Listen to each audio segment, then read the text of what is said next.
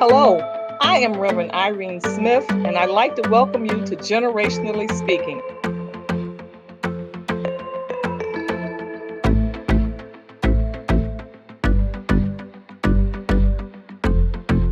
Here at the table, we come and we discuss life issues, no matter what they might be. As we sit at the table with each generation, we all learn, we all grow, we all are inspired. Yeah, yeah. Yeah, yeah. Generationally Speaking. Everybody in between, and we have a good conversation about life issues, and we hear from each other so that we can grow and become all that God would have us to be. Well, I am excited today about our conversation, Dare to Dream. You can dream, or you can do. You can dream and you can do. Dare to dream. And so joining me in this conversation, you never know what God is going to do. God is always up to something, and you always have to be prepared, even when you don't want to be prepared. So my good friend, Dr. Alethia, of course, I asked her at the last minute, and she said yes to come in and sit with me today and talk about daring to dream, that you can dream and you can do. And the reason why I know that she's a good person to have as a part of this conversation, because certainly both of us have found ourselves in that place where God is asking us, do you dare to step out? And so I thought about Isaiah 40, and Isaiah 40, lets us know, do you dare to mount up on wings as eagles? Yes. Do you dare? Yes. Do you dare to run and not be weary? Do you dare? Do you dare to trust him when he speaks to us? Or are you go sit in the corner, and say, I don't know. I thought about Joseph in Genesis chapter, I think 37 through maybe chapter 50, as we read his story, the dreamer. And how God spoke to him, and he had the opportunity all along his life journey to say no, to turn away, but at each instance he kept moving forward and moving forward. And so today I want to say thank you for being a part of this conversation, and just so folk will know who you are, introduce yourself to my audience. Tell us a little bit about who you are. Tell us a little bit about your show, about your podcast, and all the other things that you got stirring, because she's Dare to Dream. Well, first of all, good afternoon, and I'm excited, Dr. Irene Smith, and thank you for the invitation to come on and join you. I just often look forward to the discussions that you have and the persons that you have been able to bring into your audience. It's just overwhelming to me, and as I said, I'm just always so excited. As Dr. Irene has said, I am Dr. Alethia Simmons. I'm a native Washingtonian. I am a minister in the Lord's Church, excited about what God is doing, and just have been on this path for quite a while. I actually started a ministry about 15 years ago titled 7 Keys to a Mother's Heart Ministry, and that ministry was started in an effort to get my son out of high school. I had been busy working with youth in my church, and in the process of doing that, my own son somehow got caught up out there. And the Lord said, it's time for you now to go home and do what you need to do. Somehow he's gotten lost. And in the midst of you busy doing church work and working with so many youth, you got to take care of your own. Wow. Families first. And so in that process, the Lord gave me different scriptures that he helped to bring me through that route. And praise God, we were able to get him out of high school that year. And from what the Lord taught me during my periods of meditation, he said, now, this was a setup, because you're not in this thing by yourself. There are mothers crying all over the universe that are having challenges with their children, and the same steps, the same techniques that I had you go through, I want you to go out and share them universally. And that's what the Lord has allowed me to do over 15 years. And it's been it was so interesting that as we began to have workshops and training sessions, we involved some men, because we found there were many men that were single parents, parenting their children. And they said, well, so what you going to do for us? And we began to do sessions for the men. And what we concluded with was that we had to work in an effort to bring all of the generational groups together, because the family had began to falter.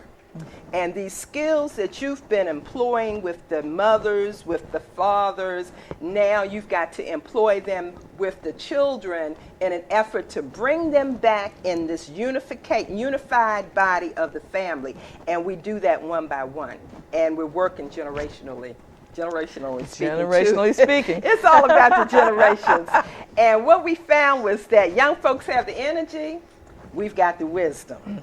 I can't run marathons, but you can. I can teach you how to run the marathon and how to stay on track. And so if we all come collectively together, then we'll come to a happy medium. I'm not even sure if that's what you asked me. But that's good. Just kind of ran off into a rant there. No, I think that is so good. You know, daring to dream is our conversation. And I think that sometimes we put this dare to dream on such a high level when it's the small dare to dream steps. Dare to dream at the small levels and watch God, elevate and expand in His own way, in His own will. And so I'm thankful that you shared about how God called you from the job and said, you got to, come home, dare to dream. Because God is asking, you're going to trust me? You're going to trust me in the small things. Yeah. And so I want to start with our first slide that we have. And it says, you can dream and you can do. You can dream and you can do. You know, we are in our own private moments and times. We have dreams. Everybody has dreams and desires, even though they say, I don't have it. But they do, but they stuff it down. You can dream and you can do. I don't think we're told that enough coming up, that you can dream and you can do. If anything, we sometimes tell our children, what are you talking about? Why do you want to do that? You know, we can sometimes, without realizing, put ice on their dream. Or it seems like, well, how are you going to live if you're doing this? Because we think in the more traditional kind of way, when we got to push that aside. Before we came up, it was like the teacher, you be a school teacher, something safe, get the good government job. But God is reminding us that what He has for us is far more greater than what we're thinking. And so when you hear you can dream and you can do, what comes to your thoughts on that? Well, as you were speaking, I thought about when I was a child. And they used to always actually call me a dreamer. Okay. So, I did a lot of dreaming then, and I do a lot of dreaming now. And as a child, there were things that I aspired to do. Okay. And when I would wake up, I'd have these dreams about different things. And when I would wake up, I would share them with my family, my mother, and, they would often say, oh, you just always dreaming. And I can remember even as small as this, when I grow up, I'm going to have a house with a swimming pool.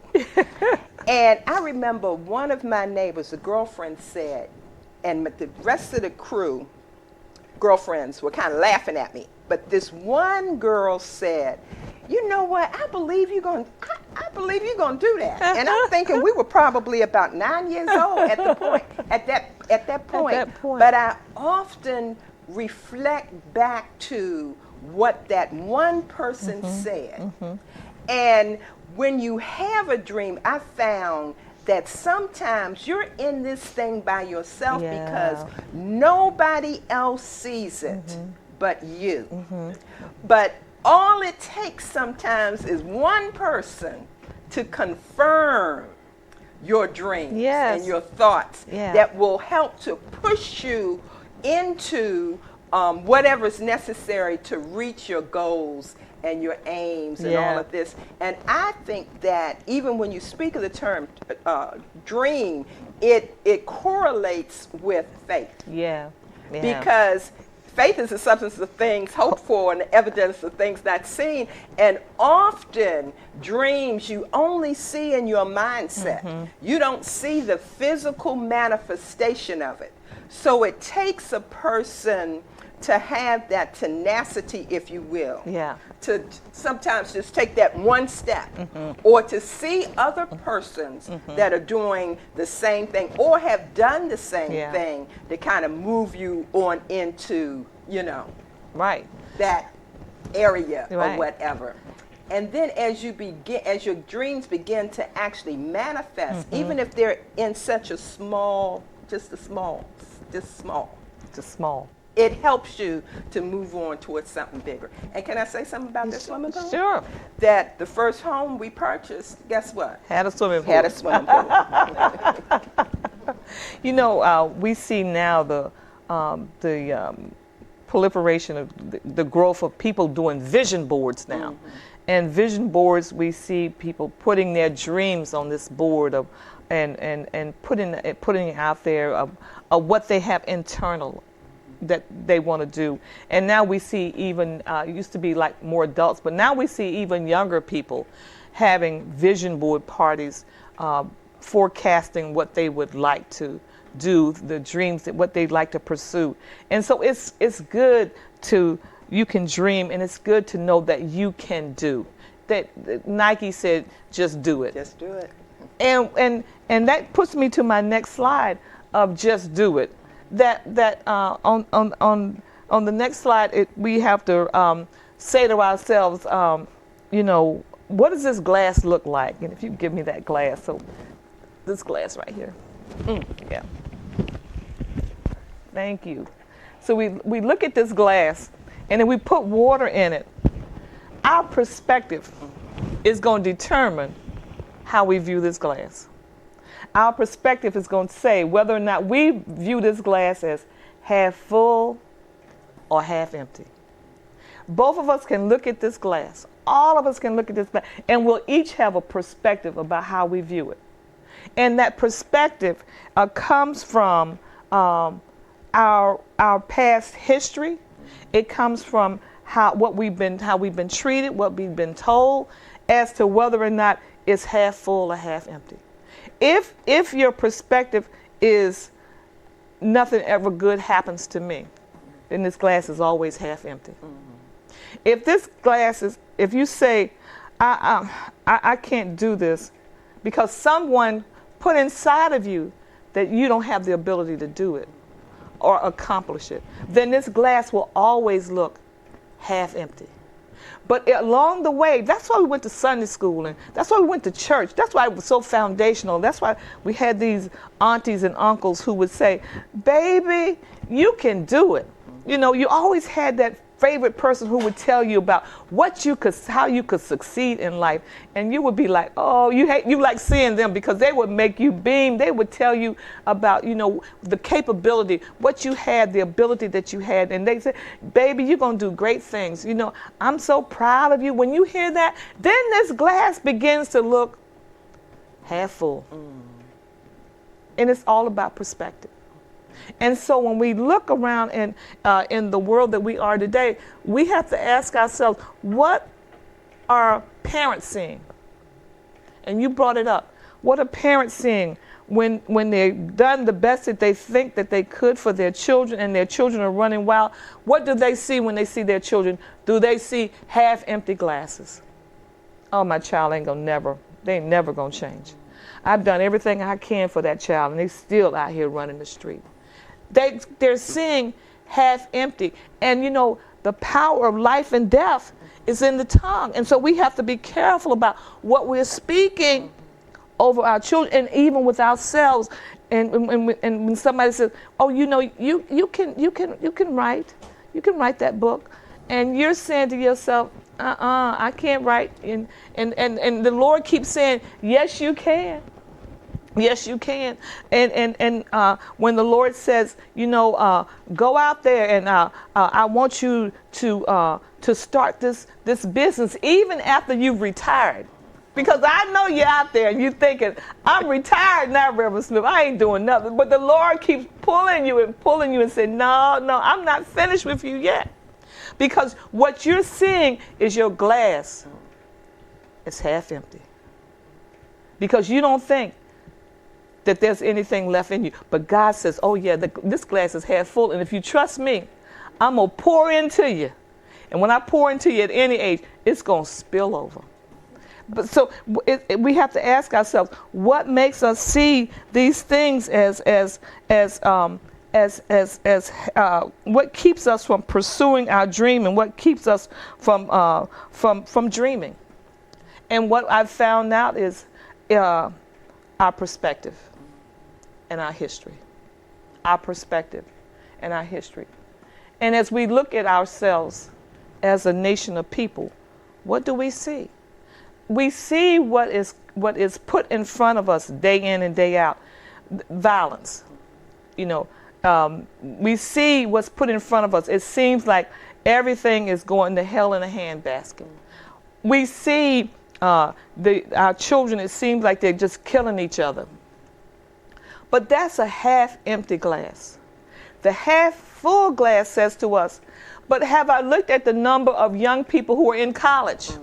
I haven't looked at, have I looked at that? Have I looked at the number of folk who are starting new businesses at all ages? Have I looked at, I'm not looking at that. That means I've got to change my perspective. I got to have a balance.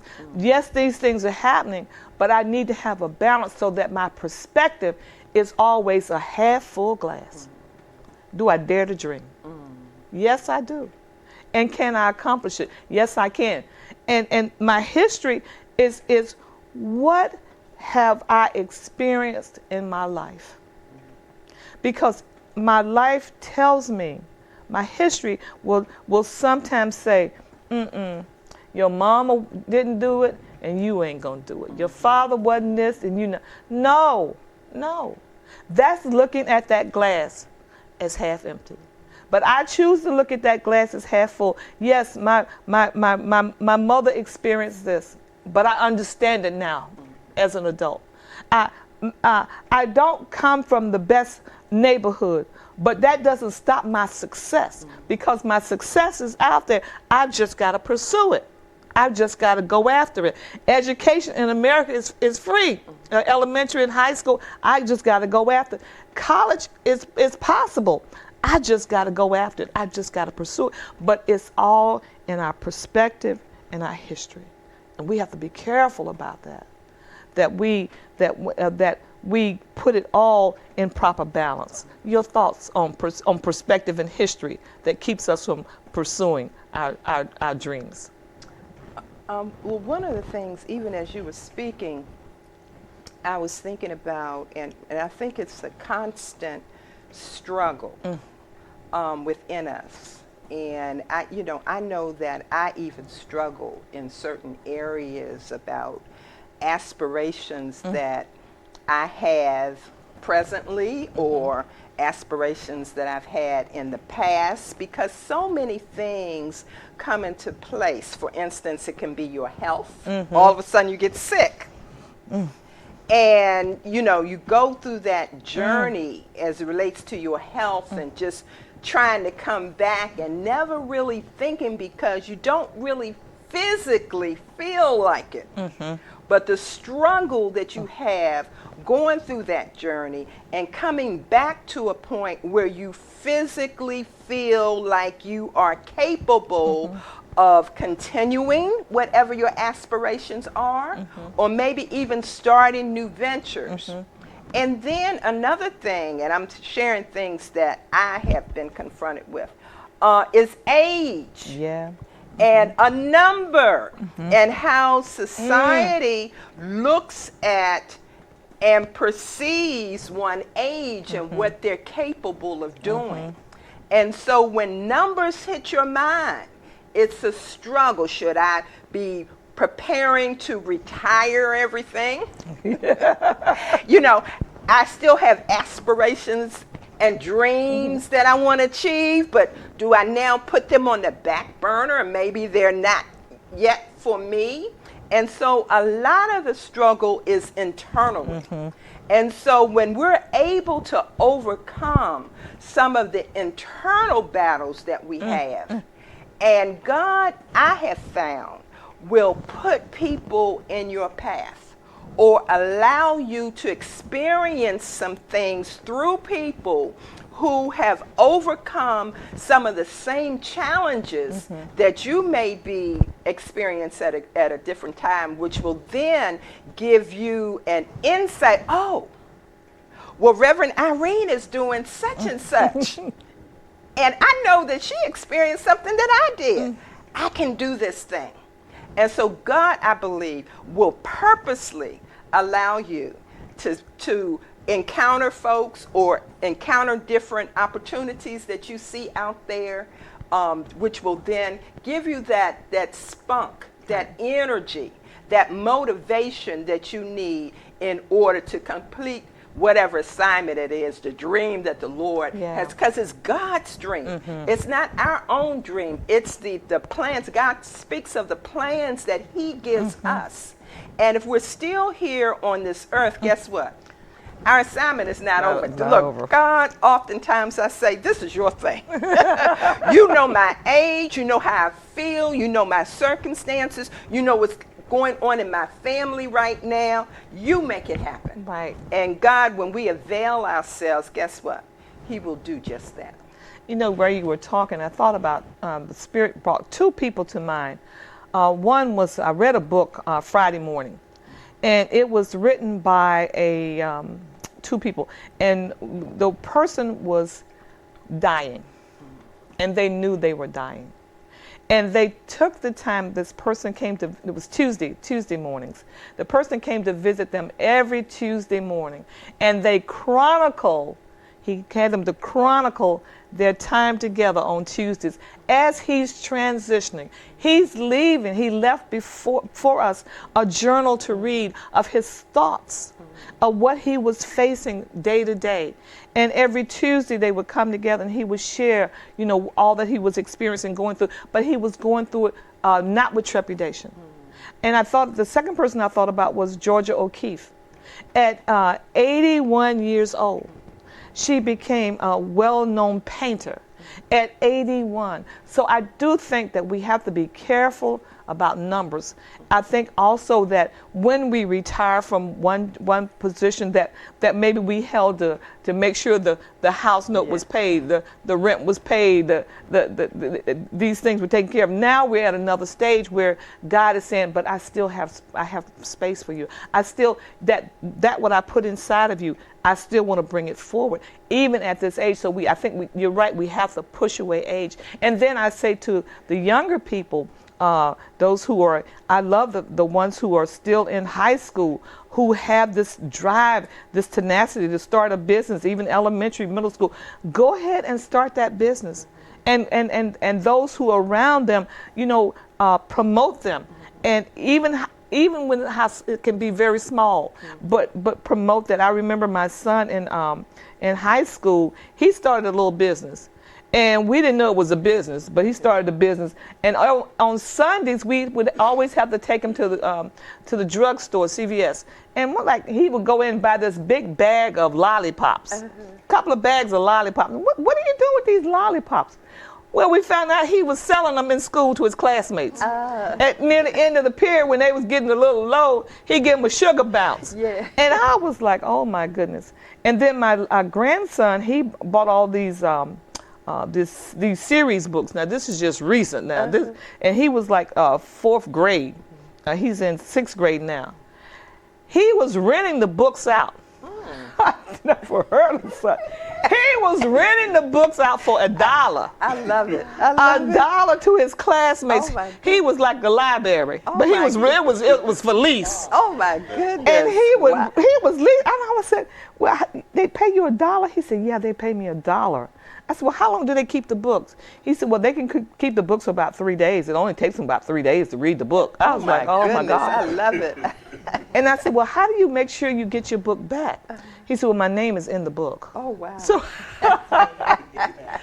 so he makes sure. But I'm just saying, that we have to not let our perspective and not let our history, like you said, hold us back and hold us down. Sometimes we wrestle and we're wrestling with God. We think I'm wrestling with myself.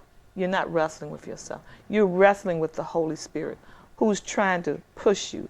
I talked with a friend who's present today. Okay. And she shared with me how a little bit about what she wanted to do. And she said, I've got to catch up with you. And I was saying to myself, no, you ain't got to catch up with me. God got so much in store for you. I'm probably going to have to catch up with you.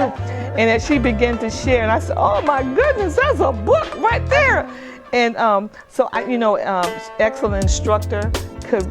All she, it just takes her sitting down and beginning to put it on paper. And but our history, I don't know if I have time, but that's just an excuse. Because on my next slide, I'm gonna get to why the other reasons why we really don't move forward, and that is fear of failure. Oh my goodness, fear of failure, the acceptance by others, lack of confidence, and just giving up. These things so easily come into play that we have to be so careful. That fear of failure, that is big. That is big. That's just straight across.